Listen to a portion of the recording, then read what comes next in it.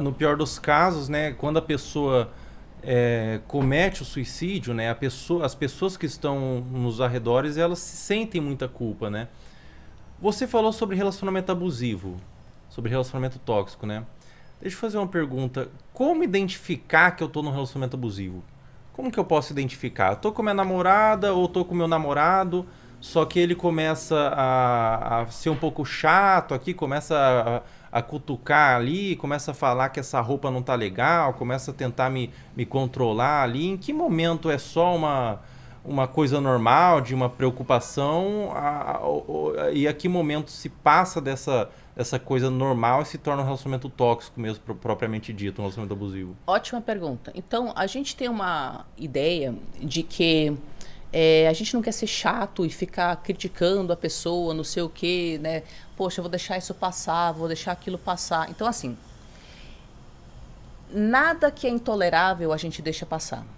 E a gente só consegue definir o que é intolerável se a gente sabe os nossos valores. Então, por exemplo, um valor que eu tenho é que eu gosto de crescer e aprender. Eu estou sempre me colocando metas maiores. Isso significa que se eu tô eu sou casada, e se meu marido, ele não é assim, ele cresce junto comigo. Mas se ele se incomodasse com o meu crescimento, então eu já sei que isso é tóxico para mim, porque isso é o meu valor central. Você entendeu? É muito difícil eu saber o que é tóxico para mim se eu não faço a menor ideia quem eu sou. Então eu diria para as pessoas quais são seus 3 a 5 maiores valores. A gente tem que saber as nossas necessidades para eu conseguir saber quando essa necessidade não tem chance de ser satisfeita nesse relacionamento.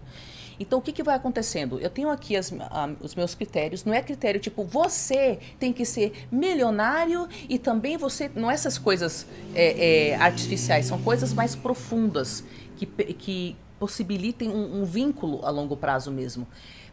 Então eu tenho que saber o que é importante para mim, para eu ter saúde mental, para eu conseguir expandir na vida e para eu me sentir à vontade perto dessa pessoa. Eu tendo clareza sobre os meus valores, fica muito mais fácil entender quando a pessoa está ultrapassando os meus limites.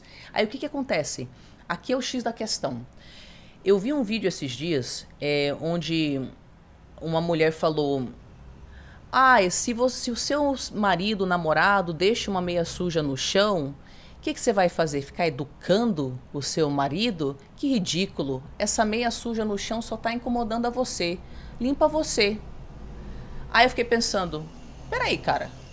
Se 2 pessoas estão morando juntas e só uma está cuidando do espaço e está se incomodando, então tem um problema com não existir diálogo sobre isso, porque se está me incomodando, isso é um primeiro sinal de um relacionamento saudável, que eu posso te abordar sobre o que está me incomodando. É que eu não vou te abordar te criticando, eu vou falar, amor, quando você deixa as coisas no chão e só eu pego as coisas, isso gera uma frustração dentro de mim. Eu sinto que o meu tempo não é tão importante quanto o teu. O que você acha da gente fazer uma lista de tarefas que cada um faz? Você tem uma outra solução? Então, se eu consigo abordar a pessoa no momento que acontece, não acumula. Isso não acumula, eu não explodo na hora de abordar ela. Porque eu não vou deixar passar.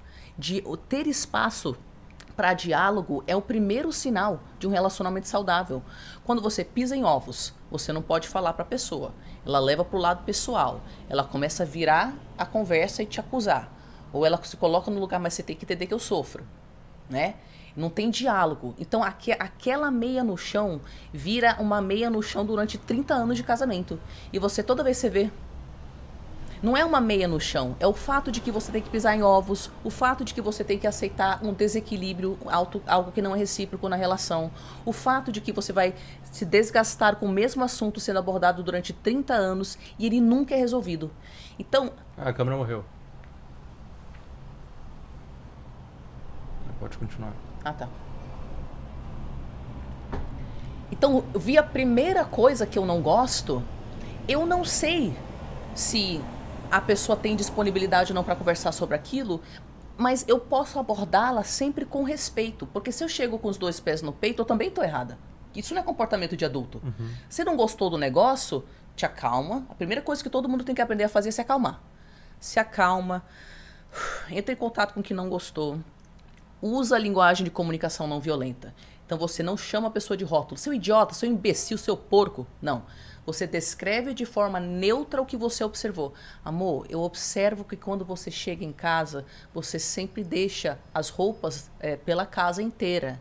Fala como isso te impacta. Eu sinto frustração, eu sinto tristeza, que isso vai ser algo que vai estressar nosso relacionamento, né? Sugere algum tipo de solução. Tava pensando na gente deixar o cesto de roupa aqui do lado, perto da porta, você já chega, você coloca, né? Pergunta para a pessoa se ela tem alguma sugestão. Você usando essa formulazinha, você se regula internamente antes de abordá-la, você esclarece as ideias sobre qual é o problema de fato, você expõe sua vulnerabilidade, o que convida a pessoa a também, putz, cara, eu não sabia que te impactava desse jeito. Se ela tem capacidade de se importar, e algumas pessoas não vão ter, ela pode até ter uma resposta inicial meio assim, mas ela vai refletir e ela vai querer resolver, porque você não chegou rotulando seu idiota, seu imbecil, seu não sei o quê. Então eu tenho conversas difíceis em todos os momentos, porque pode ser que eu brisei na batata, pode ser que eu falo, amor, eu percebo que você está indo muito no banheiro com o celular. Isso me gera um gatilho de desconfiança. Sei que às vezes não tem a ver com você, mas eu tenho muito essa desconfiança. Eu me pergunto, será que está fazendo alguma coisa? Será que ele está com outra? Não sei o quê. Você se importa da gente conversar sobre isso? Não é que você não possa ir no banheiro com o celular, mas eu queria falar sobre esse gatilho de abandono, de rejeição que eu tenho. Você tem alguma sugestão? Amor, tava falando aqui, ó, sobre o jogo de futebol, aqui, ó, não sei o quê. Não que a pessoa tenha que te mostrar o celular dela, não é isso que eu tô falando. Mas mesmo quando a gente tá brisando na batata, e a gente tá exagerando, é um gatilho que não tem nada a ver, um relacionamento saudável tem espaço pra gente falar sobre os nossos gatilhos brisantes, contanto que eu não chegar com 2 pés no peito, cheio de rótulo, com o dedo na cara. Você entendeu? Uhum. Mas e se os valores da pessoa, por exemplo, for se deixar meio no chão, assim? Se são valores que ele julga ser importante, se ele é um cara que ele é preguiçoso e ele entende que esse é uma virtude dele, é um valor que ele tem. Parece uma pergunta meio besta, assim, só que, por exemplo, e se os valores... E se o que está te afetando são o que para aquela pessoa são os valores dela, sabe? São as coisas que ela acha importante. Por exemplo, eu me afeto que você gosta de assistir muito futebol, porque você fica distante de mim, mas às vezes o valor do cara é assistir muito futebol. Ou ao contrário, a menina, eu não gosto que você saia com as suas amigas e tudo mais, mas não, pera lá. Eu acho importante pra mim sair com minhas amigas, sabe? E quando o que você tenta alterar na pessoa, pra pessoa é muito importante. Como que fica isso daí? Então, aí que tá, né? Eu tenho que ver se isso que é importante pra ela vai me destruir por dentro. Porque se vai me destruir por dentro e a pessoa tá me comunicando que ela vai continuar fazendo isso, então eu tô escolhendo ficar num relacionamento que vai me destruir por dentro. Então a gente tem que tirar da cabeça, eu não estou mudando a pessoa. Quando a gente está a dois, seja numa empresa, trabalhando juntos, seja numa equipe de qualquer tipo, seja em parceria, seja numa parceria amorosa, é claro que eu vou modificar algumas coisas minhas para que o ambiente possa ser melhor para os dois, mas eu não vou ferir meus valores base. Se eu percebo, por exemplo, eu quero crescer na vida, né? Que nem eu te falei, eu gosto de crescer. Isso te incomoda? E é um valor seu não crescer na vida, você quer um negócio mais simples. Às vezes você não é tóxico, mas a gente não é compatível. Uhum. E aí vai ser tóxico pra mim.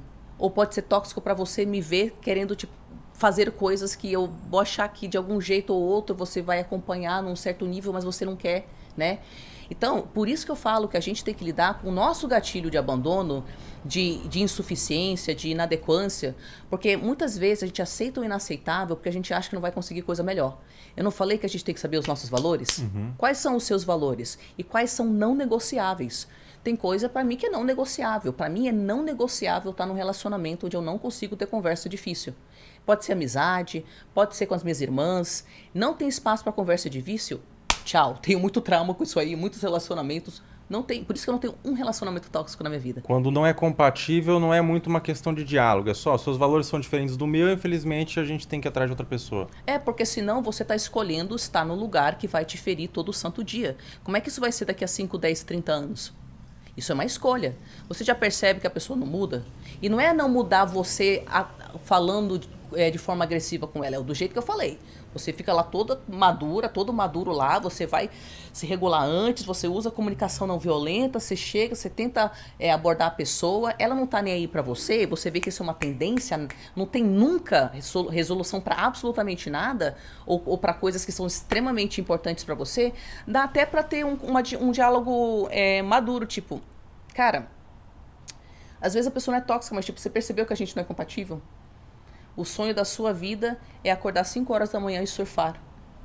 E viver o resto da sua vida nessa cabaninha ao lado da praia. É lindo esse sonho. Mas o meu sonho é morar em Paris, é ser multimilionária, é não sei o quê. Cara, eu desejo que você encontre uma mulher para surfar contigo todo dia. E é difícil ter esse nível de maturidade. Mas se eu não tiver esse nível de maturidade, eu tô desejando a pessoa uma existência que não é dela. E eu tô me matando por dentro só para não ficar sozinha. Você entendeu? Sim, sim. Pô, perfeito. Deixa eu perguntar uma coisa. Como que você vê a pornografia no relacionamento? Quando o parceiro gosta de consumir muita pornografia? Porque muitas mulheres se incomodam com isso, né? Alguns homens também devem se incomodar, mas imagino que são mais as mulheres. Quando você falou do homem que entra no banheiro pra ficar no celular, e se esse homem entra no banheiro pra consumir a pornografia? É algo saudável, algo que dá para fazer uma certa conciliação ali com a pornografia, ou você acha que é algo que afeta muito os relacionamentos? Eu acho que tem tudo a ver com ver o contexto individual das pessoas. E se a mulher gosta de pornografia também? Eu, por exemplo, eu não assisto pornografia há, sei lá, 13 anos. Meu marido também não assiste pornografia há mais de 10 anos. Então, a gente tem isso em comum, né? Agora, eu já vi casos de relacionamento onde o cara queria assistir pornografia durante o ato sexual. Isso incomodava a mulher muito, porque ela não queria fazer aquelas coisas. Enquanto ele estivesse transando com a mulher, ele gostava de botar pornografia na televisão. Isso. E ela não se sentia bem com isso. Ela achava esquisito. Ela achava que ele tinha uma compulsão, né? Ela se sentia objetificada. Ela não achava que ele estava com ela. Então, tem que ver, eu já vi mulher, no entanto, tipo, depois do primeiro filho, onde ela não tinha saco nenhum pra transar, e ela também não queria que ele ficasse sem gozar, falou, vai bater punheta, então. Ah, daí deu certo. Você entendeu? Então, depende muito do caso. É importante a gente entender que eu sou uma pessoa, você é uma pessoa, fulano é uma pessoa, Beltrano é outra pessoa, né?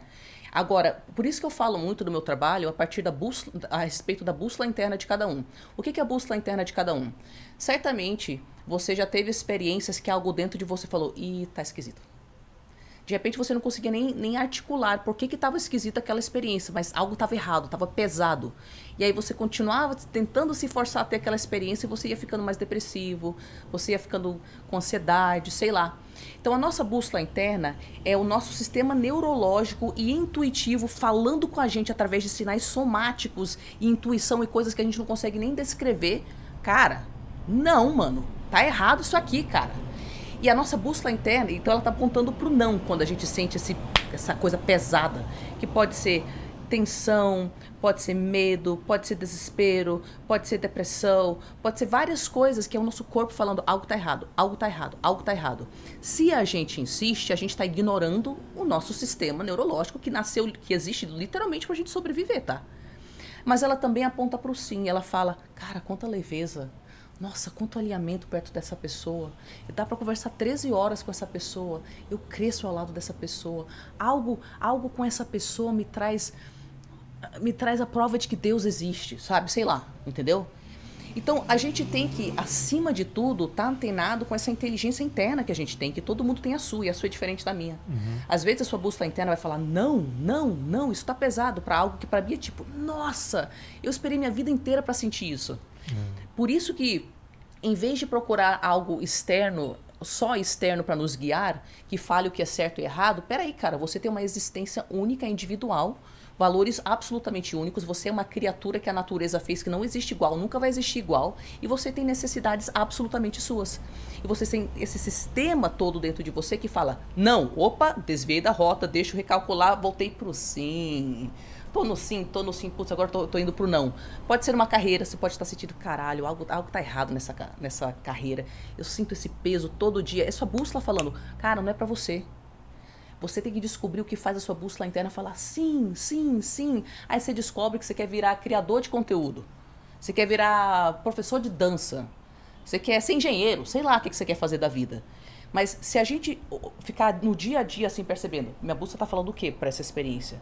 Está falando não. Então isso significa o quê? Recalcula a rota. Recalcula a rota para onde? Para onde faz ela apontar para o sim. Se eu constantemente estiver conectado de dentro para fora, nunca mais eu vou me guiar de fora para dentro, porque não tem como eu satisfazer minhas necessidades absolutamente únicas com valores externos. Faz todo sentido. Você sempre sentiu o seu instinto, né? Sim. Ô, Tariana, e daí você chega num relacionamento, você entende que aquele relacionamento não é compatível com você, a pessoa não tem as mesmas virtudes que você. Pode ficar perto, não tem problema. Tá. Você entende que aquela pessoa não tem as mesmas virtudes que você resolve terminar. Só que você sentia amor por aquela pessoa, sentia carinho. Não é porque você termina que você não sente amor. Às vezes você termina com muito amor, muito zelo, muito cuidado. Como superar o término de um relacionamento? Cara, a gente termina um relacionamento porque nossas necessidades não estão sendo satisfeitas. Então, a melhor forma de eu me sentir muito bem depois de um relacionamento é aprender quais necessidades não estavam sendo satisfeitas e satisfazê-las. Então, tipo assim, primeiro assim, vamos aceitar que para cada pessoa tem um processo de luto aí. Passa pelo luto, é normal. Quando encerra-se coisas, é normal que seja um desencadeado luto. Mesmo que eu tenha, por exemplo, uma gravidez e eu perco o filho, não é só o luto de perder o filho físico, é o luto de toda a vida que eu idealizei, os valores que eu ia passar para ele, o que a gente ia fazer na adolescência, sabe? É os tipos de experiências que a gente ia ter juntos. Então, todo esse sonho morre junto. Num relacionamento, às vezes você está com medo de encerrar um relacionamento, que você está com a pessoa há muito tempo. Essa pessoa, putz, todo esse investimento para depois encerrar, mas vai ser dali para baixo se você ignorar o fato de que os valores e necessidades não estão alinhados. Então passa pelo luto, deixa morrer o casamento que você ia fazer, deixa essa fantasia ir embora, deixa morrer a família que vocês iam ter, sabe? Seja lá qual outra experiência vocês iam criar juntos. Passa pelo luto, mantenha uma parte da sua personalidade consciente, porque ela é tão sábia que ela sabe que dor não quer dizer que não tá certo, sabe? Você tá processando o fim de um sonho. Aí o que você faz? Você pega toda aquela energia que estava sendo investida num bagulho que nunca ia funcionar e você fala, vou começar a fazer aquela aula de dança. Vou começar a trabalhar até 3 horas da manhã, que eu não podia quando eu tinha um namorado, porque esse canal de YouTube vai funcionar, porque eu vou passar nessa prova, porque eu vou ser juiz assim. E aí você pega toda essa energia e você tem clareza de que você se pergunta, como que eu posso investir essa energia nas minhas necessidades de forma que valha muito a pena o término desse relacionamento? E você faz por onde?